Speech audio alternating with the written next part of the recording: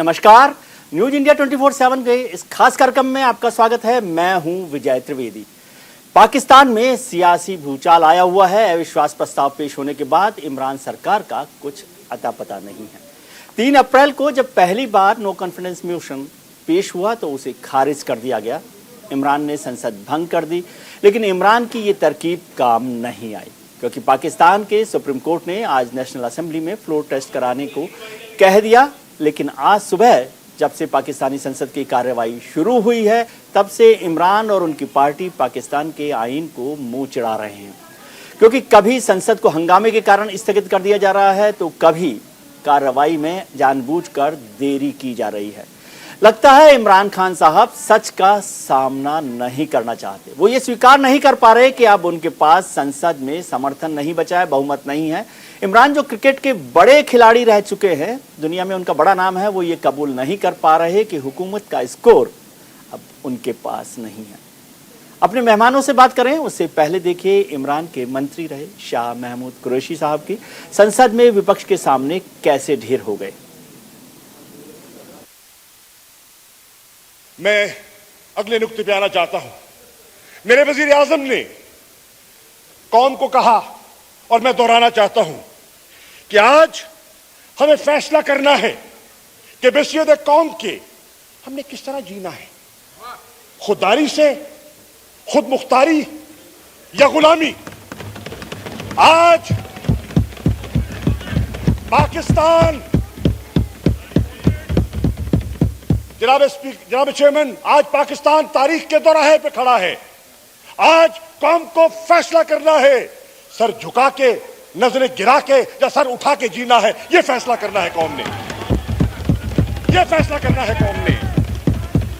और जनाब वाला, इस फैसले पे हम क्यों आए, मैं आज रिकॉर्ड पे अर्ज करना चाहूंगा। मैं आज भी, और आखिरी दिन है शायद मेरा, और यकीनन as foreign minister of Pakistan, मैं ऑन रिकॉर्ड लेना चाहता हूं। I want to take this august house into confidence.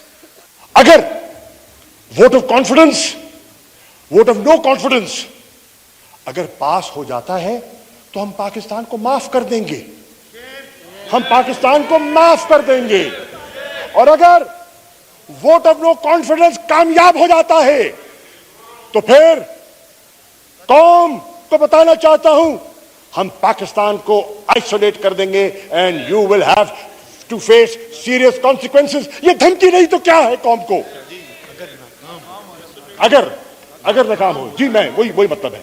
तो फिर धमकी किसको कहते हैं, ये भी आज कौम को इसके बारे में एक राय कायम करनी चाहिए। इमरान साहब शायद अपने ही मंत्री शाह महमूद कुरैशी को सुन लेते तो समझ आ जाता कि आज उनका आखिरी दिन है। खुद महमूद कुरैशी साहब ने कहा कि अब मंत्री के तौर पर मेरा शायद आज आखिरी दिन हो, यानी उन्हें भी समझ में आ गया कि नो कॉन्फिडेंस मोशन अगर हुआ तो पास हो जाएगा। आज हमारा आखिरी दिन, आज हम यहां, कल कोई और। बिलावल साहब जो हैं, अविश्वास प्रस्ताव का सामना करने से भागने पर इमरान खान को पाकिस्तान पीपल्स पार्टी के अध्यक्ष बिलावल भुट्टो ने जमकर कोसा। बिलावल ने स्पीकर पर भी पद की गरिमा से समझौता करने और सरकार का साथ देने का आरोप लगाया। ना सिर्फ तौहीन अदालत कर रहे हो, मगर आइन शिकनी भी बेखुद मुलविस हो रहे हो। अदालत ने 5 रुकनी बेंच ने ऑर्डर सुनाया और आज हमने इसी ऑर्डर ऑफ द डे के अलावा किसी एजेंडा आइटम को आप नहीं उठा सकते। मगर ना सिर्फ आपने ये किया, मगर आपसे पहले स्पीकर साहब से किया। 3 अप्रैल पे इनके वजीर ने सिर्फ वजीर आजम पाकिस्तान, सदर पाकिस्तान और डिप्टी स्पीकर में को आइन शिकनी में फंसा दिया था। आज का ये कोशिश की वजह से ना सिर्फ वो लोग, मगर स्पीकर नेशनल असेंबली और आप खुद इन जराइम में आप मुलव्विस हो। अदालत ने ये फैसला सुना दिया है कि आपने आज 3 अप्रैल का कार्रवाई मुकम्मल करना है, वोटिंग करना है। आपका कप्तान भाग रहा है, भागते भागते तौहीन अदालत कर रहा है, भागते भागते आईन शिकनी कर रहे हैं। अगर आप इस जराइम में खुद मुलव्वस होना चाहते हो तो आपकी मर्जी। तौहीन अदालत हो रही है, आइन का जो काम होना चाहिए वो काम नहीं हो रहा है, असेंबली में चर्चा नहीं चल रही है, कप्तान भाग रहा है। बिलावल भुट्टो कह रहे हैं कि कप्तान भाग रहा है। शाह महमूद कुरैशी जो उनकी टीम के लोग हैं वो कह रहे हैं कि मेरा आज आखिरी दिन है। शहबाज शरीफ प्रधानमंत्री बनने का सपना देख रहे हैं। पाकिस्तान की सियासी जो पूरी जमीन है उसमें भूचाल आया हुआ है। लगातार कोशिश हो रही है कि कोई ना कोई इसको कब्जा कर ले, लेकिन इमरान साहब अपना पिच छोड़ने के लिए तैयार नहीं है। आज सुबह जब पाकिस्तानी संसद सजी तो पीएमएल के जो अध्यक्ष हैं और नेता प्रतिपक्ष हैं शहबाज शरीफ और शाह महमूद कुरैशी आमने सामने थे। कुरैशी ने अविश्वास प्रस्ताव को एक बार फिर विदेशी साजिश बताया, तो वहीं शहबाज शरीफ ने कहा कि संसद आज इतिहास लिखने जा रही है। आज पहली बार पाकिस्तानी संसद एक निर्वाचित प्रधानमंत्री को संवैधानिक तरीके से हटाने जा रही है। बहुत खूब बात कही है, पहली बार संवैधानिक तरीके से हटाने की कोशिश पाकिस्तान में।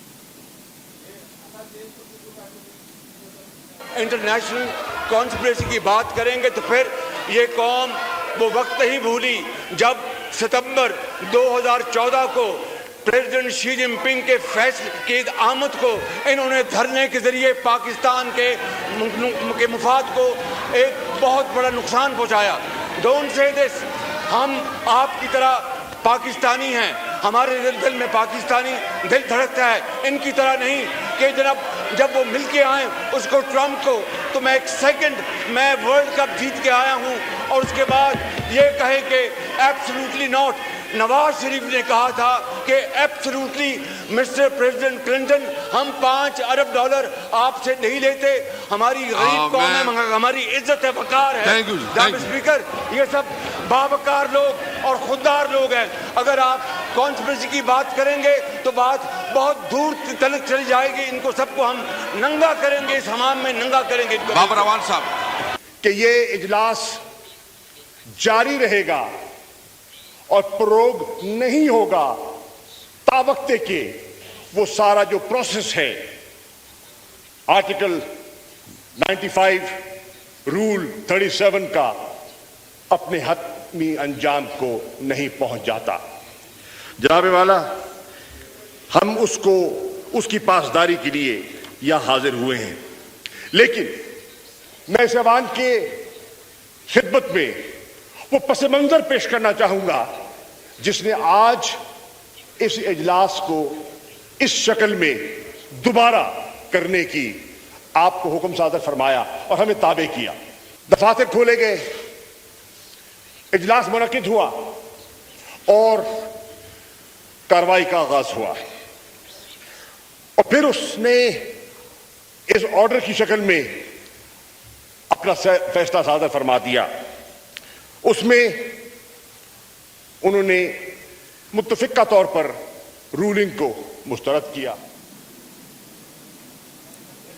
लगता है कि पाकिस्तान के प्रधानमंत्री इमरान खान साहब के पास बहुत कम समय बचा है, लेकिन वो लगातार कोशिश कर रहे हैं कि वो सत्ता पर कैसे काबिज रहें, कैसा तरीके अपना रहे हैं, अलग अलग तरीके अपना रहे हैं सत्ता को बचाने के लिए, अलग अलग बहाने अपना रहे हैं और अलग अलग कोशिश कर रहे हैं। सुप्रीम कोर्ट में उन्होंने एक बार फिर से रिव्यू पिटीशन डाली है, अपनी कैबिनेट की बैठक रात को 9 बजे बुलाई है, एड्रेस टू नेशन करने का उनका विचार है और तमाम तरीके की कोशिश की जा रही है और एक बार फिर जोर दिया जा रहा है कि ये विदेशी साजिश है उनकी सरकार को हराने की, उनकी सरकार को गिराने की। वो ये मानने को तैयार नहीं है कि संवैधानिक व्यवस्थाओं में उनके नेशनल असेंबली में उनका बहुमत खत्म हो गया, उनके पास बहुमत नहीं रहा है। 342 सीटों में से उनके पास सिर्फ 142 सीटें हैं और वो नंबर भी लगातार कम होता जा रहा है। ऐसा लग रहा है आईपीएल के मैच में वो 9वें खिलाड़ी तक पहुंच गए हैं और अभी 50 रन बनाने हैं।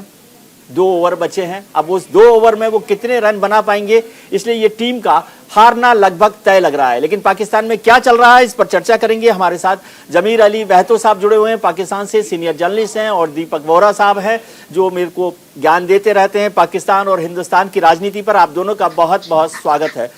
जमीर अली साहब, सबसे पहले आपसे, क्या हाल है वहां पर पाकिस्तान में? इमरान साहब क्या तैयारी कर रहे हैं? देखिए, पाकिस्तान में इस वक्त बहुत बुरे तरीके से आईनी क्राइसिस है। आज कौमी असेंबली का इजलास चल रहा है। सुप्रीम कोर्ट के हुक्म के मुताबिक आज vote of no confidence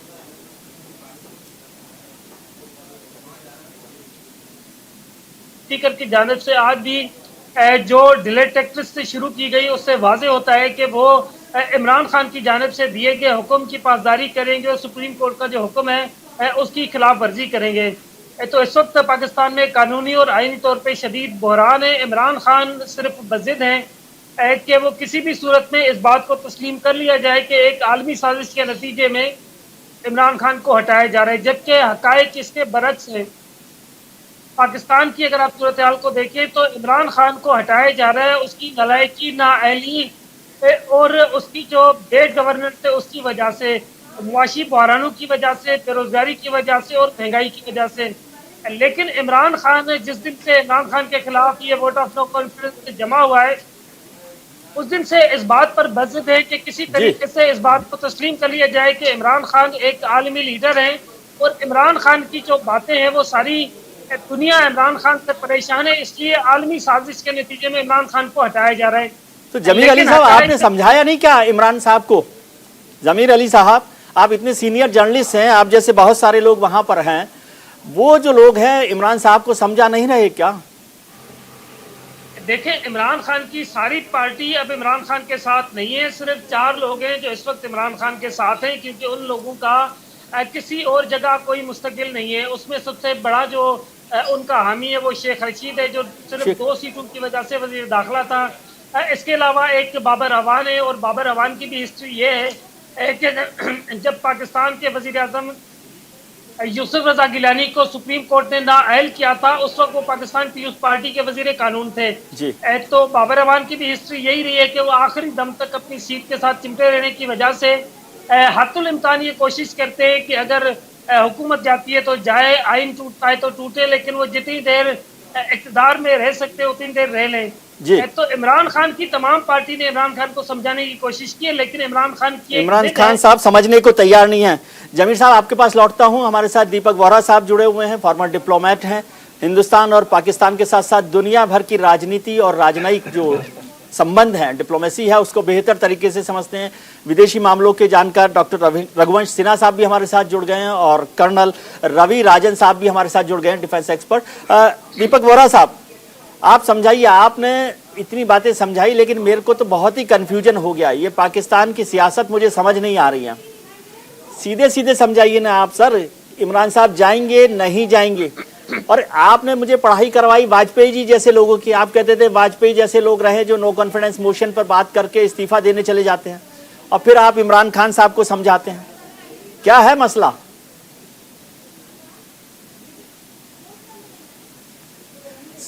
sir Vora साहब, एक बार आपको माफी चाहता हूं, इमरान खान साहब खुद बोल रहे हैं, पाकिस्तान के प्रधानमंत्री इमरान खान साहब, देखते हैं, सुनते हैं कि वो क्या कह रहे हैं। फैसला किया कि उसमें इतनी कैपेसिटी हो कि किसी इंशाअल्लाह किसी को बाहर ना जाना पड़े।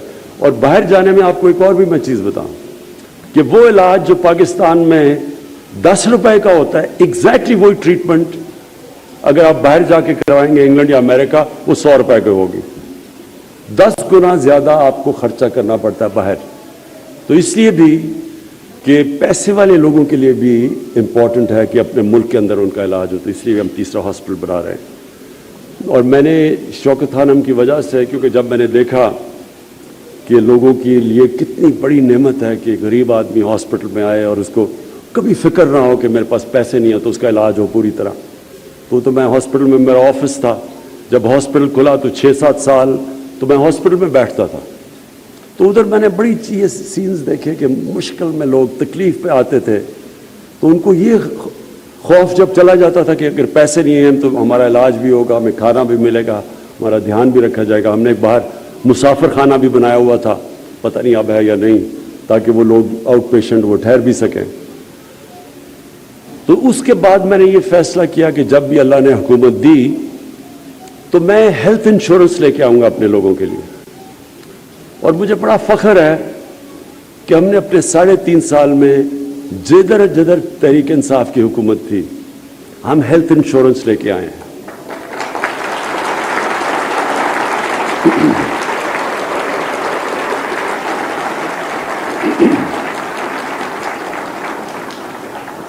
हर खानदान के लिए, जो भी पंजाब में, पख्तूनख्वा में, बलूचिस्तान में हमारी कोलिशन गवर्नमेंट है, आज़ाद कश्मीर और गिलगित बल्तिस्तान, हर खानदान के लिए 10 लाख रुपया हेल्थ इंश्योरेंस हमने रखी है कि 10 लाख रुपए में वो सिर्फ गवर्नमेंट हॉस्पिटल नहीं, किसी भी हॉस्पिटल में जाके अपना इलाज करवा सकते हैं।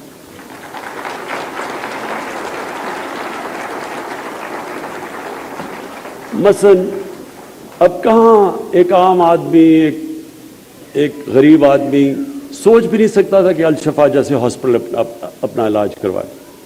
तो हमारी जो हेल्थ इंश्योरेंस है अब वो प्राइवेट हॉस्पिटल्स में जाके भी एक कोई भी मजदूर हो, कोई भी 10 लाख रुपए तक अपना इलाज करवा सकता है। ये पूरा इंशाल्लाह पाकिस्तान में हेल्थ सिस्टम आ रहा है।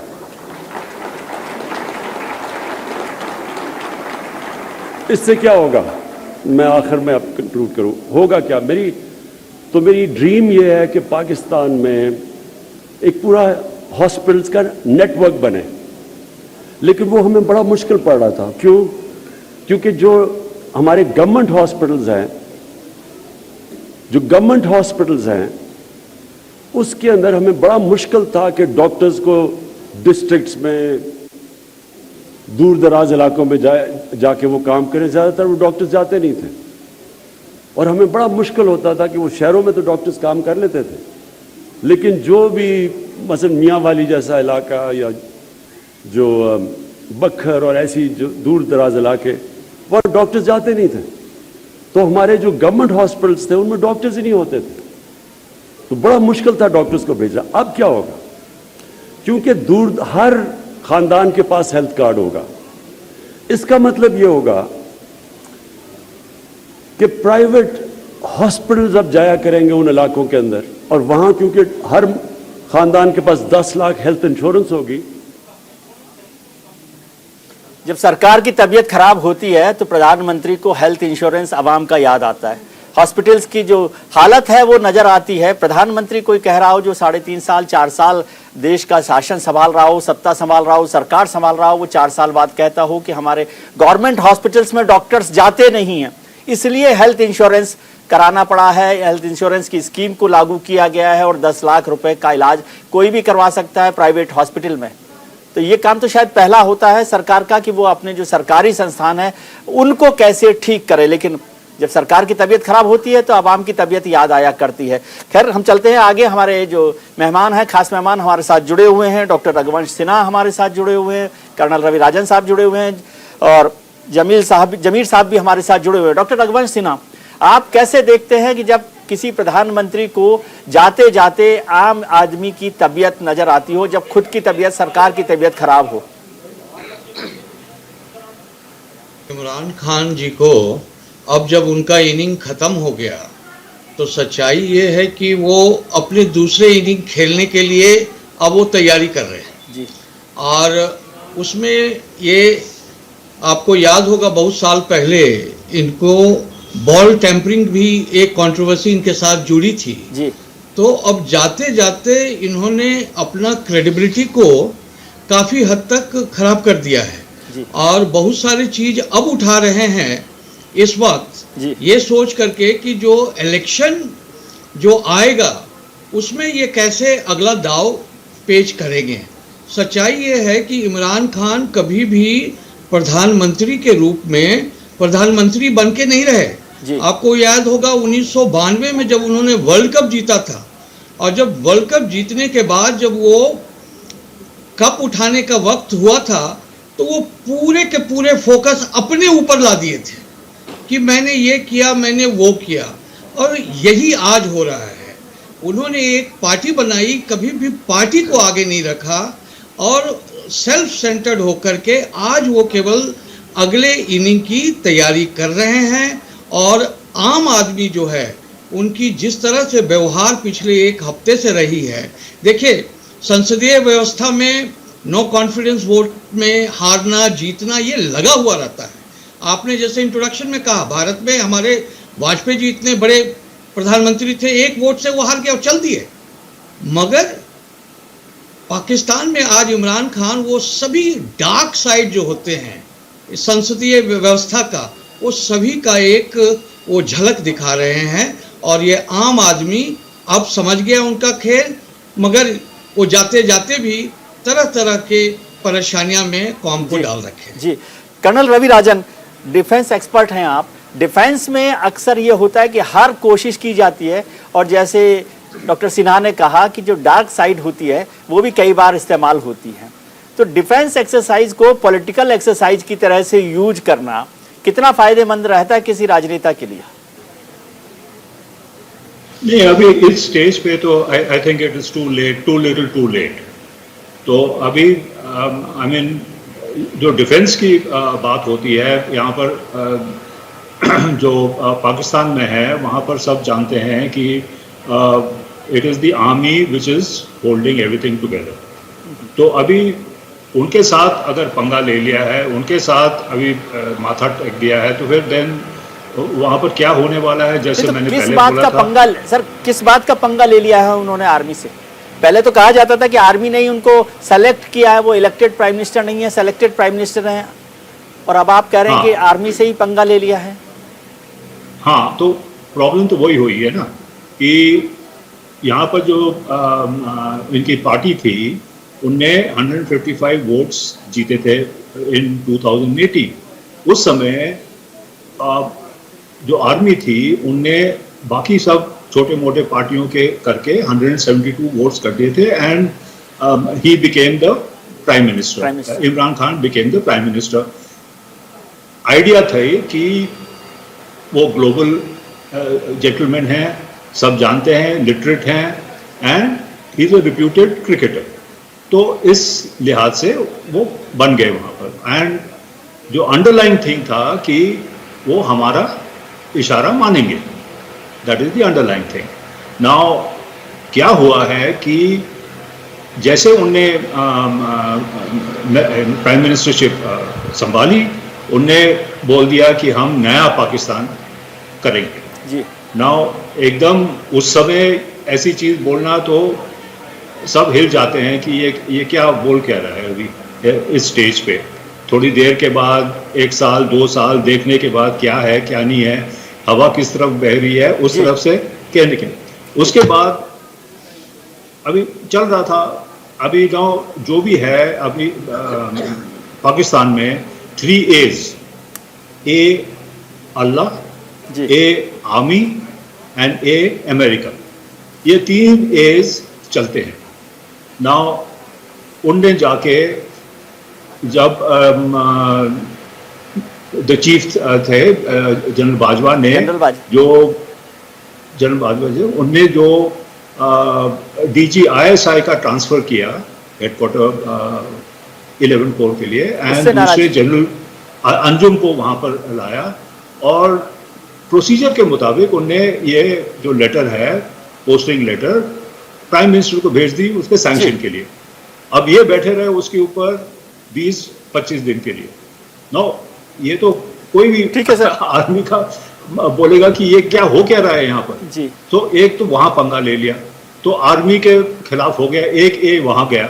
दूसरा फिर 24 फरवरी को जब रशिया यूक्रेन के ऊपर हमला करने लगी, वहां पर मिस्टर इमरान खान वहां पर रशिया में पहुंच गए, एंड अमेरिका वहां से रुक गया। कर्नल, मैं आपके पास आता हूं। जमीर साहब से एक बात पूछ लूं, जो आपने बहुत महत्वपूर्ण बात कही कि पाकिस्तान जो है वो AAA से चलता है, अल्लाह, अमेरिका और आर्मी। जमीर साहब, आजकल कौन कौन साथ हैं उनके, इमरान साहब के? AAA में से कितने उनके साथ हैं? देखिए, अल्लाह के बारे में तो कहना थोड़ा सा मुश्किल होगा, लेकिन कम से कम 2 A तो उसके साथ नहीं है। मतलब आर्मी और अमेरिका तो कम से कम उसके साथ नहीं है। उसकी बुनियादी वजह यह है कि मतलब नेशनल असेंबली के अलावा भी उनके पास बहुमत नहीं है, क्योंकि 1/3 ही रह गया, जिसके बारे में भी हमें नहीं पता। देखिए, बुनियादी तौर पे इमरान खान की गवर्नमेंट जब आई थी उसके बाद उसको पूरी तरह से सपोर्ट थी तमाम लोगों की, पाकिस्तान सिविल सोसाइटी की, पाकिस्तान आर्मी की और तमाम लोगों की। लेकिन इमरान खान की परफॉर्मेंस इतनी खराब रही है इस पूरे देश में, ना तो वो पाकिस्तान की इकोनॉमी ठीक कर सके, ना तो वो पाकिस्तान की फॉरेन पॉलिसी ठीक कर सके, ना ही पाकिस्तान में लोगों को रोजगार दे सके। वो उन्होंने जो भी वादे किए थे किसी भी वादे पे पूरे नहीं होते। इस नतीजे में पाकिस्तान के तमाम लोग अब इमरान खान के खिलाफ हो चुके हैं। माजरत जी। तो अब इमरान खान ने अपनी नालायकी जो है उसको छुपाने के चक्कर में सियासी शहीद करने की कोशिश कर रहे हैं। इसके अलावा इमरान खान की कोई हकीकत नहीं है पाकिस्तान में। जी, हम चर्चा कर रहे हैं, बहस कर रहे हैं पाकिस्तान की सियासत के पर कि वहां पर किस तरह से बहस चल रही है और किस तरह से इमरान खान साहब अपनी कुर्सी को बचाने के लिए साम दाम दंड भेद, हर तरह के भेद जो है उसको अपनाने की कोशिश कर रहे हैं, उन पर आरोप लग रहे हैं। लेकिन पाकिस्तानी मीडिया में भारत का जिक्र भी खूब हो रहा है। भारत के पूर्व प्रधानमंत्री अटल बिहारी वाजपेयी की चर्चा हो रही है। अटल जी के उस इस्तीफे का जिक्र हो रहा है जब उन्होंने महज 1 वोट न होने पर लोकसभा में इस्तीफा सौंप दिया था और चले गए थे राष्ट्रपति भवन। देखिए, पहले भी तारीख की बात हो रही थी, वाजपेयी साहब को आज हारे थे वो, मगर जब हार में आप ग्रेस दिखाते हैं तो आप अच्छे अल्फाज में याद रखे जाते हैं। वाजपेयी साहब के खिलाफ अगर 1 वोट ज्यादा था अदम एतमाद में, तो आज उस ग्रेस की बात हो रही है जो उन्होंने दिखाई थी। देखिए, पहले भी तारीख की बात हो रही थी, वाजपेयी साहब को आज हारे थे वो, मगर जब हार में आप ग्रेस दिखाते हैं तो आप अच्छे अल्फाज में याद रखे जाते हैं। वाजपेयी साहब के खिलाफ अगर 1 वोट ज्यादा था अदम एतमाद में, तो आज उस ग्रेस की बात हो रही है जो उन्होंने दिखाई थी।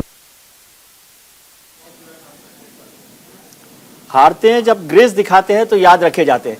पाकिस्तान की संसद में अविश्वास प्रस्ताव को लेकर जो बहस चल रही है उस पर भी बहुत सारी चर्चाएं हो रही हैं। लेकिन हैरानी की बात है कि पाकिस्तान के मीडिया में अटल बिहारी वाजपेयी की चर्चा हो रही है। अविश्वास प्रस्ताव पर सोशल मीडिया पर भारत प्रधानमंत्री अटल बिहारी वाजपेयी जी के एक भाषण की खूब चर्चा हो रही है। यूजर्स इस भाषण को शेयर कर इमरान खान को उसे सुनने की सलाह दे रहे हैं। आइए आपको भी सुनाते हैं कि अटल बिहारी वाजपेयी का वो भाषण जो उन्होंने 31 मई 1996 को संसद में अविश्वास प्रस्ताव के दौरान दिया था। वो 13 दिन की सरकार थी अटल बिहारी वाजपेयी। हमारा जनाधार नहीं है, हमारा जनाधार नहीं है, हमें लोगों का व्यापक समर्थन प्राप्त नहीं है। अगर आप हमें छोड़कर सत्ता बनाना चाहते हैं और आप समझते हैं कि वो सरकार टिकाऊ होगी, मुझे तो उसके टिकने के लक्षण नहीं दिखाई देते। वो पहले तो उसका जन्म लेना कठिन है, जन्म लेने के बाद जीवित रहना कठिन है। और ये सरकार अंतर विरोधों में घिरी हुई देश का कितना लाभ कर सकेगी, ये एक प्रश्नवाचक चिन्ह है। हर बात के लिए आपको कांग्रेस के पास दौड़ना पड़ेगा और जब आप उन पर निर्भर हो जाएंगे, अभी तो मैं नहीं जानता, पहले चर्चा हुई कि कुछ शर्तें लगाई जा रही, फिर चर्चा हुई कि कोऑर्डिनेटिंग कमेटी बनाना पड़ेगी। फ्लोर पर भी हम लोग कोऑर्डिनेशन करते हैं, उसके बिना तो सदन नहीं चलता। आप सारा देश चलाना चाहते हैं, बड़ी अच्छी बात है, हमारी शुभकामनाएं आपके साथ हैं।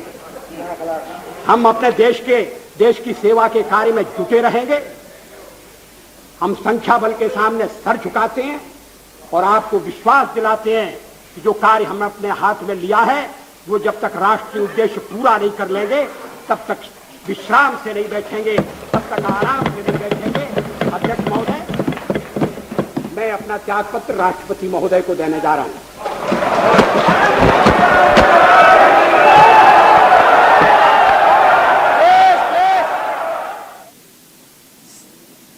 संख्या बल के आगे सिर झुकाते हुए अटल बिहारी वाजपेयी, और उन्होंने मान लिया कि उनके पास बहुमत नहीं है और वो राष्ट्रपति के पास चले गए इस्तीफा सौंपने। वो जानते थे कि उसके बाद की राजनीति भी बहुत मुश्किल है। वो पाकिस्तान में भी दिखाई दे रही है कि यदि इमरान खान इस्तीफा दे देंगे तो उसके बाद क्या बिलावल भुट्टो, क्या शहबाज शरीफ और सब लोग मिलकर सरकार चला पाएंगे कि नहीं। लेकिन अभी एक बड़ी खबर आ रही है कि पाकिस्तान सुप्रीम कोर्ट के सभी स्टाफ को अलर्ट किया गया है। पाकिस्तान की मीडिया ने सूत्रों के हवाले से दावा किया है कि सुप्रीम कोर्ट में स्पीकर के खिलाफ अवमानना याचिका की तैयारी हो रही है। अविश्वास प्रस्ताव पर वोटिंग में देरी से नाराज है विपक्ष, और वो इस बात की चर्चा कर रहा है कि सुप्रीम कोर्ट में जाया जाए और उनके खिलाफ कोर्ट ऑफ कंटेम्प्ट की बात की जाए। खबर यह भी आ रही थी कि जो नेशनल असेंबली के स्पीकर हैं उन्होंने कहा था कि मैं इमरान खान साहब के खिलाफ नो कॉन्फिडेंस मोशन नहीं लाने दूंगा। और आपको याद होगा कि पिछले दिनों 3 अप्रैल को जिस तरह से डिप्टी स्पीकर ने नो कॉन्फिडेंस मोशन को खारिज कर दिया था और वहां का विपक्ष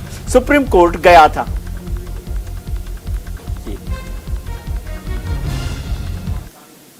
इसी पूरे मसले पर हम चर्चा करते हैं। हमारे साथ खास मेहमान जुड़े हुए हैं। दीपक बोहरा साहब हमारे साथ फिर से जुड़ गए हैं। बोहरा साहब शुक्रिया, आप हमारे साथ जुड़े। बीच में हमारे साथ कुछ व्यवधान हो गया था, तो समझाइए सर, बात वहीं पर आ गई है। वाजपेयी वर्सेस इमरान खान, ग्रेस से हार मानना कैसा होता है?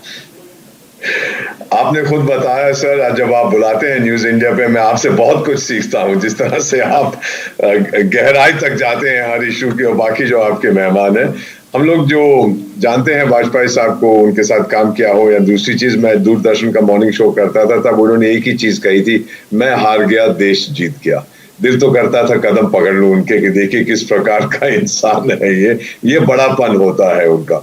दूसरी चीज, इस समय सर अमेरिका में एक बड़ा पॉपुलर डांस है ट्रायंगल डांस, तो मेरा शब्द उसके लिए है ट्रायंगो। एक तरफ इमरान खान साहब है, दूसरी तरफ आपकी नेशनल असेंबली है, और तीसरी तरफ सुप्रीम कोर्ट है। तो ये ट्रायंगो चल रहा है, और क्वाड्रैंगो के लिए अभी आर्मी नहीं आई है, इसका बहुत बहुत शुक्र है। मुझे लगता है इमरान खान साहब बहुत कंफ्यूज्ड हैं, डरते हैं कि अगर मैं चला गया कहीं मैं गिरफ्तार ना हो जाऊं, कुछ करप्शन केसेस या दूसरे जो उन्होंने किया था जब उनकी सरकार बनी थी दूसरों के बरखिलाफ, तो शायद वो उन्हीं के साथ यूज किया जाए। तो एक चीज बस आखिर में कहना चाहता हूं सर, कुछ साल पहले मेरे बेटे ने, जो अमेरिका में रहता है, मुझे टी शर्ट दिया था, उस पर लिखा था BAIK और नीचे लिखा हुआ था बॉय एम आई कंफ्यूज्ड। तो मैंने कहा बेटा कि के से तो नहीं होता कंफ्यूज। ही सेज डैड आपको नहीं मालूम मैं कितना कंफ्यूज्ड हूँ। तो मुझे लगता है कि इमरान खान का भी यही हाल है, टोटली कंफ्यूज। कभी इधर भागते हैं, कभी उधर भागते हैं, कभी मुर्गे जलाते हैं, कभी हवा में फूंक मारते हैं, कभी फौज को गाली देते हैं, कभी तारीफ करते हैं, कभी भारत के प्रधानमंत्री को हिटलर कहते हैं, कभी उनकी तारीफ करते हैं। आई रियली डोंट नो, मुझे कुछ समझ नहीं है सर। मैंने 50 साल की डिप्लोमेटिक करियर में ऐसी सर्कस नहीं देखी है कभी सर। बोहरा साहब, वो जो आपके बेटे ने टी शर्ट भेजी थी ना, वो मुझे भेज दीजिए, क्योंकि पाकिस्तान की सियासत देखकर मैं उतना ही कंफ्यूज हूँ, मेरे काम ज्यादा आएगी। डॉक्टर रघुवंश सिन्हा साहब, अभी कर्नल रवि राजन ने कहा कि ट्रिपल ए की बात, और बोहरा साहब कह रहे हैं ट्रायंगो, आप क्या समझ रहे हैं? हाँ देखिए, ये जो हालात आज पाकिस्तान में है, इसमें 2 पक्ष है जो एक बड़ी खबर सर, चीज को सिन्हा साहब, एक बड़ी खबर आ रही है कि पाकिस्तानी जो संसद है, नेशनल असेंबली, उसको रात 10 बजे तक के लिए स्थगित कर दिया गया है। रात 8:30 बजे संसद में वोटिंग का समय था, और बिलावल भुट्टो की पार्टी ने सेना से दखल की मांग की है कि अगर स्पीकर सुप्रीम कोर्ट का आदेश नहीं मानते हैं तो सेना दखल दे।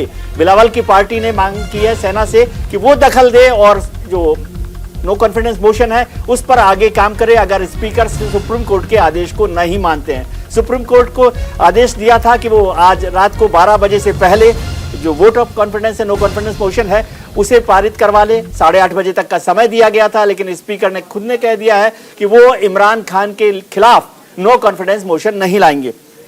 सिन्हा साहब, ये एक और कंफ्यूजन आ गया है।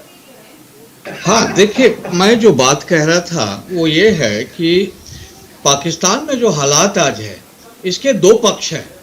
एक जो हमेशा टारगेट पर रहती है वो है आर्मी, कि ये सब आर्मी कराती है, बिल्कुल आर्मी कराती है, मगर वहाँ के जितने भी राजनेता हैं, आज से नहीं पिछले 75 सालों से, उनका भी उतना ही भूमिका है जो आज आप इमरान खान का देख रहे हैं।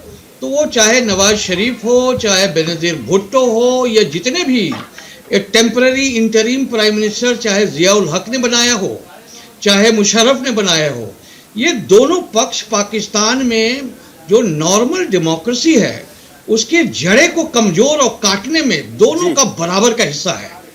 तो ये जो जितने भी पॉलिटिकल पार्टी थे पाकिस्तान में, देखिए आज क्या पोजीशन है, ये मिल करके एक सिंपल सी बात नहीं कर पा रहे हैं कि एक पार्टी जो बहुमत खो दी है उसको बाहर चला जाना चाहिए, उसको अगले इनिंग की तैयारी करनी चाहिए।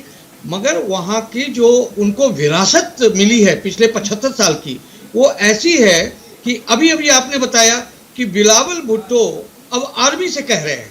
आर्मी कौन होता है? मगर वहाँ का कल्चर यही है। यही भारत और पाकिस्तान में फर्क है जी, यही फर्क है जी, बिल्कुल। कि वहाँ के पॉलिटिकल पार्टीज भी अल्टीमेटली आर्मी के पास जा रहे हैं कि हमें वोटिंग करवा दीजिए आज रात को।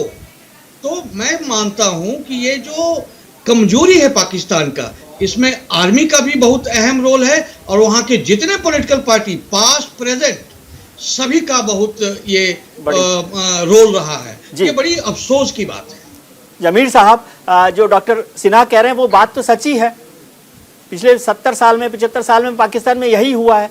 और इमरान खान साहब ने तो एक नारा तो दिया था नया पाकिस्तान का। अब जो पार्टियां बची है उनके पास तो पाकिस्तान का पुराना ही हिस्सा बाकी है, नया उनमें क्या है? देखिए, मैं डॉक्टर साहब इंतहाई सीनियर है लेकिन इंतहाई अदब के साथ उनकी बात से इत्तेफाक नहीं करता जी। देखिए, पहले पाकिस्तान में जो वज़ीर आज़म आते रहे उसमें किसी ने 1.5 साल हुकूमत की, किसी ने 2 साल हुकूमत की, किसी ने 3 साल हुकूमत की। उसके बाद उनको चलता कर दिया जाता था और ये सारे का सारा होता था मार्शल लॉ की शक्ल के। ये पहली बार ऐसा हो रहा है कि एक जमहूरी तरीके से एक वजीर आज़म को हटाया जा रहा है जो कि आईन और कानून के बिल्कुल मुताबिक है। और पहली बार ही ऐसा हुआ है कि पाकिस्तान की सुप्रीम कोर्ट ने नजरिया जरूरत को दफन करके एक साफ और शफाफ किस्म का फैसला दिया था जिसमें कहा गया था। तो बिलावल साहब तो कह रहे हैं कि आर्मी को ले आइए। बिलावल साहब तो आर्मी का दखल मांग रहे हैं ना। बिलावल ने ये नहीं कहा कि आर्मी इंटरवीन करे। बिलावल ने ये कहा था कि इमरान खान आज भी ये चाहता है कि किसी तरीके से आर्मी इंटरवीन करे।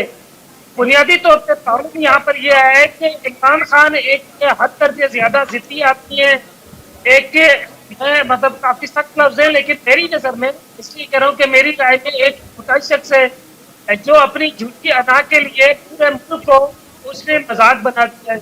देखिए, इससे पहले आपने कहा कि पाकिस्तानी मीडिया में अटल बिहारी वाजपेयी साहब की तारीफ हो रही है। देखिए, किसी भी बंदे की उसकी शक्ल की, उसके रंग की, उसकी नस्ल की तारीफ नहीं होती, उसके किरदार की तारीफ होती है जी। उनके ऊपर एक वोट ऑफ नो कॉन्फिडेंस आया, उन्होंने देखा उनके खिलाफ एक वोट ज्यादा आ गया है, उन्होंने इस्तीफा दे दिया। आज हम उसको याद कर रहे हैं, ये तारीख में हमेशा से लिखा जाएगा। हम पाकिस्तानी मुसलमान हैं लेकिन हम हिंदुस्तान के ऐसे कई हीरोज को याद करते हैं जिन्होंने एक अच्छा किरदार अदा किया था जब पाकिस्तान और हिंदुस्तान दोनों इकट्ठे थे और यहाँ पर एक थी। तो अब लोगों का किरदार हमेशा याद रखा जाएगा, वक्त गुजर जाता है। आज भी मैं कह रहा हूँ कि इमरान खान का ये किरदार है जो उसका इस वक्त वाजपेयी जी के, जमीर साहब, वाजपेयी जी के किरदार से आपको ये तकलीफ तो नहीं हो रही कि जो हमारे ग्रैंड और ग्रेट ग्रैंड फादर्स थे आपके, उन्होंने गलती कर दी थी 1947 में, नहीं तो इन किरदारों के साथ आप जिया करते और एक अलग तरह की डेमोक्रेसी के साथ रहते।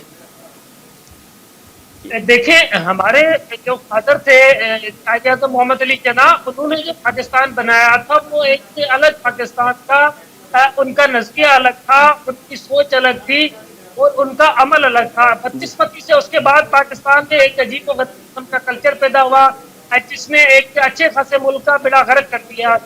इस वक्त पाकिस्तान की मुआशी और बाकी जो सूरत हाल है वो बिल्कुल सबके सामने, इसमें कोई की बात नहीं है।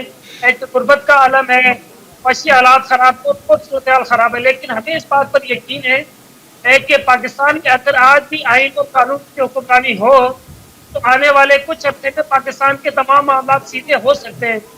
इस तरह नहीं हो सकता है कि इमरान खान जैसे लोग आए और करने के लिए पाकिस्तान के आइन का मजाक बनाए, पाकिस्तान के कानून का मजाक बनाए, तो पाकिस्तान का सबसे बड़ा फोरम है वो इसका मजाक बना दे, सुप्रीम कोर्ट का मजाक बना दे और सिर्फ अपनी बात सामने रखने की कोशिश करें। तो इस तरह के लोगों की वजह से पाकिस्तान को बहुत ज्यादा नुकसान हुआ है और हमें कम से कम इस वक्त इस बात पर यकीन है या खुशी है कि सुप्रीम कोर्ट ने इस वक्त नजरिया जरूरत को दफन कर दिया है। इमरान खान आज भी जाते तो कल तो उसको जाना ही पड़ेगा, लेकिन इमरान खान का ये किरदार भी बिल्कुल याद रखा जाएगा। आप देखिए कि पाकिस्तान की मीडिया ने जितने भी सेंसेबल लोग हैं वो एक ही बात कह रहे हैं, किसी भी सूरत आइन और कानून से बालादस्त कोई नहीं हो सकता। अब अगर कोई शख्स ये समझ ले कि वो कानून और आइन से बालादस्त है तो उसके नताइज अच्छे तो नहीं निकले। रवि राजन साहब, जैसे जमीर साहब भी कह रहे हैं और मुझे लग रहा है पाकिस्तान में पिछले एक हफ्ते से इसी बात की चर्चा हो रही है कि इमरान साहब को तो जाना ही पड़ेगा। ये बात इमरान साहब को क्यों नहीं समझ आ रही है? तो आई थिंक ये क्वेश्चन मिस्टर इमरान खान से पूछा जाए, क्योंकि आई डोंट थिंक वो जानते हैं कि उनका बाएं हाथ क्या कर रहा है, दाहिना हाथ क्या कर रहा है, एंड दोनों हाथ काम कर रहे हैं कि नहीं कर रहे हैं। द प्रॉब्लम इज कि ही इज वेटिंग फॉर, जैसे छोटे बच्चे को बोला जाता है कि ये नहीं लोगे तो वो हाथ पैर मारते हैं, बोलता है नहीं मैं जाऊंगा, मेरे को चाहिए, थ्रोज अ टैंट्रम। तो मेरे को ऐसे लग रहा है कि मिस्टर इमरान खान अभी एक टैंट्रम थ्रो कर रहे हैं। लेकिन सर, छोटे बच्चे को भी मैंने देखा कि वो थोड़ी देर ही टेंट्रम थ्रो करते हैं, फिर वो समझ आ जाता है उसको कि ये बात मानी जाने वाली नहीं है। नहीं, उनको छोटे बच्चों को एक थप्पड़ मिलता है, फिर वो समझ जाते हैं सब कुछ। तो द प्रॉब्लम हियर इज कि कौन यहाँ पर कौन किसको थप्पड़ देने वाला है। But anyway, the point of the matter is कि ना तो ये किसी की सुन रहे हैं, ना तो ये इनको कोई जो एडवाइस दे रहा है, थोड़ी बहुत एडवाइस दे रहा है, वो ठीक एडवाइस दे रहा है कि नहीं दे रहा है जी। और the problem is that at the and he feels कि इमरान खान का जो काम करने का ढंग है, सोचने का ढंग है, आई मी माई। जी रवि राजन साहब, एक ब्रेकिंग न्यूज है, एक बड़ी खबर आ रही है हमारे सामने कि अविश्वास प्रस्ताव से पहले, नो कॉन्फिडेंस मोशन से पहले इमरान साहब का एक बड़ा बयान आया है कि मुझे बाहरी सरकार स्वीकार नहीं है।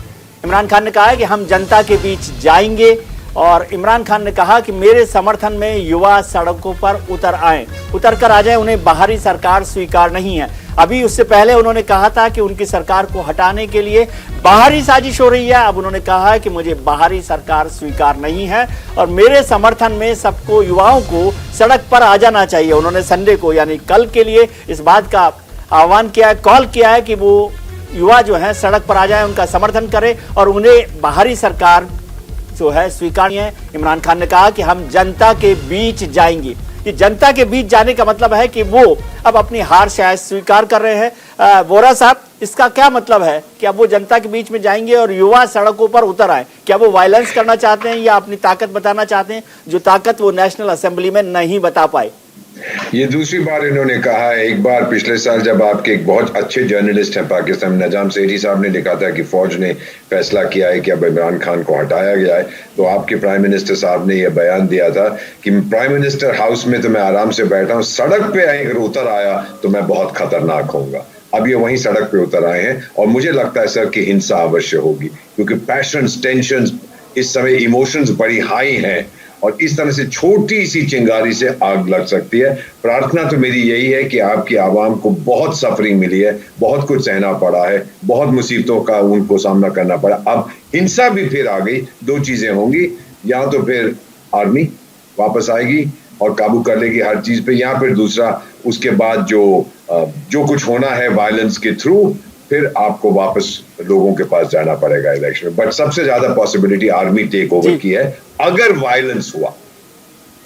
डॉक्टर रघुवंश सिन्हा, क्या आपको लगता है जैसे अभी नेशनल असेंबली को 10 बजे तक के लिए सस्पेंड कर दिया गया है, पोस्टपोन कर दिया गया है, स्थगित कर दिया गया है, तो अब 10 बजे बाद आपको लग रहा है कि नो कॉन्फिडेंस मोशन हो सकता है, पास हो सकता है या उस पर चर्चा हो सकती है? सुप्रीम कोर्ट में दोनों पक्ष वहां पर जाने की तैयारी कर रहे हैं। इमरान खान साहब की तरफ से तो चले ही गए हैं कि वो उस आदेश के खिलाफ रिव्यू पिटीशन कर रहे हैं और विपक्ष ने कहा है कि वो स्पीकर के खिलाफ एक्शन लेने के लिए कंटेम्प्ट का मामला बनाने की बात कर रहे हैं। तो क्या ऐसी संभावना हो सकती है या स्पीकर ये कहें कि अब सुप्रीम कोर्ट का जब फैसला आएगा उसके बाद आगे की कार्रवाई होगी? क्या अब भी आज की रात पाकिस्तान के लिए कल की सुबह लेकर आएगी? देखिए, इमरान खान का एक मकसद है किसी तरह इस वोट जो कि इनएविटेबल है, इसको बस डिले करने का है। वो भी जानते हैं कि उनके पास बहुमत नहीं है। सभी लोग जानते हैं, मगर वो कुछ इस तरह से पेश कर रहे हैं कि भाई पूरे देश के जितने भी ऑपोजिशन पार्टी हैं वो सब मिलजुल करके मेरे विपक्ष में खड़ी हो गई है। वो जो ऑपोजिशन स्पेस है उसको वो दखल कर लेना चाहते हैं और उसी के आधार पर वो अगला इलेक्शन जब भी हो, 3 महीने के बाद हो, 6 महीने के बाद हो, उसको वो लेकर के इलेक्शन में जाना चाहते हैं। मगर मैं समझता हूं कि इमरान खान अनुभवहीन व्यक्ति हैं। वो ये बात को नहीं समझ रहे हैं कि बार बार जो वो कह रहे हैं कि समर्थक रोड पर आ जाए, तो देखिए पाकिस्तान में रोड पर समर्थक को ला करके भीड़ इकट्ठा कर देना कोई बहुत बड़ी बात नहीं है।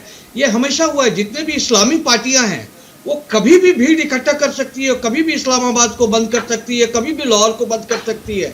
मगर सच्चाई ये है कितने भी इस्लामी पार्टी है उनको ज़्यादा सीट नहीं मिलती है, वो भीड़ इकट्ठा कर सकते हैं। तो इमरान खान भी उसी ओर चल रहे हैं। वो दिखा रहे हैं कि मेरा समर्थन अभी भी आम आदमी में है। देखिए मैं इतने भीड़ इकट्ठा कर दिया हूँ।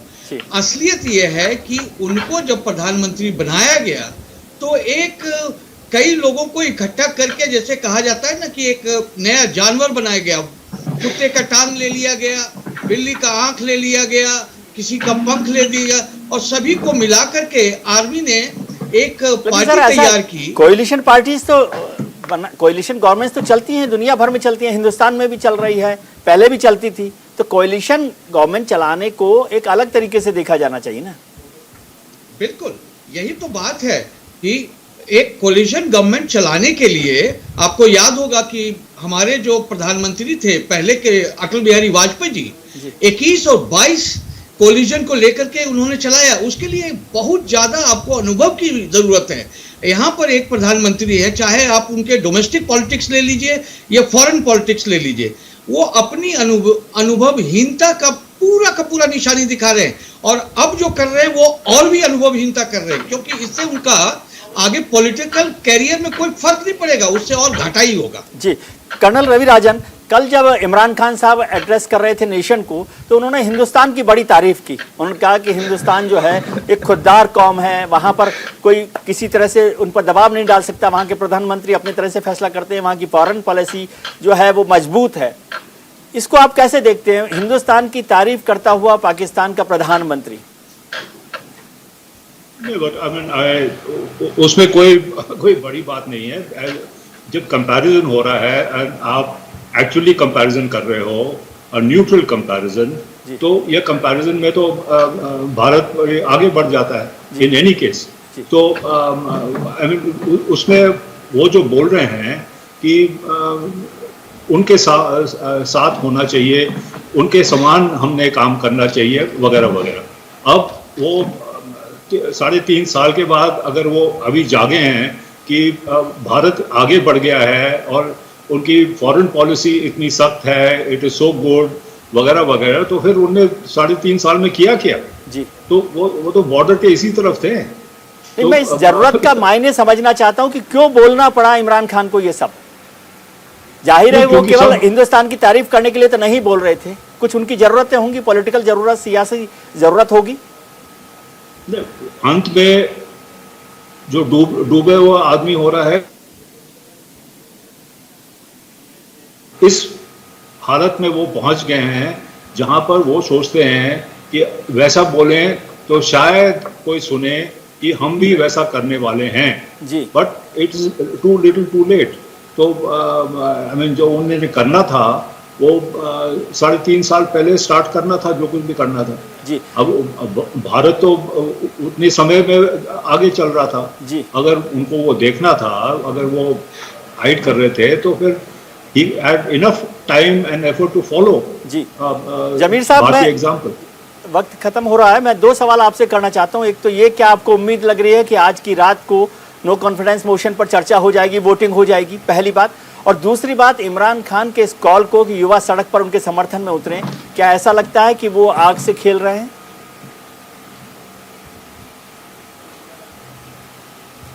जमीर साहब से शायद हमारा जी, जमीर साहब।